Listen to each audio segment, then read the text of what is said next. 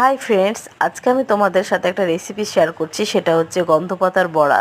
এবং এই বড়া করার জন্য আমি কিছুটা পেঁয়াজ কেটে নিয়েছি কিছুটা পাতা কুচি কুচি করে। অবশ্যই তোমরা বেটেও দিতে পারো, ইচ্ছে মতো লঙ্কা, এবং দিয়ে দেবো 1 চামচ লবণ।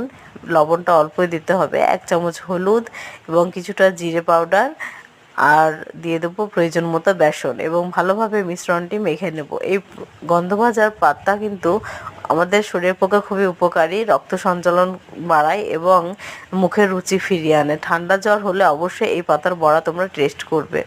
এই মিশ্রণটা মাখা হয়ে গেলে আমি তেলটা গরম করে নেব এবং আস্তে আস্তে এই মিশ্রণটি আমি তেলের মধ্যে ছেড়ে দেব। তোমরা যারা আমার ভিডিও দেখতে ভালোবাসো তারা অবশ্যই আমার চ্যানেলটা সাবস্ক্রাইব করে দেবে, এবং আমার ভিডিও ভালো লাগলে অবশ্যই লাইক, শেয়ার, কমেন্ট করে দেবে।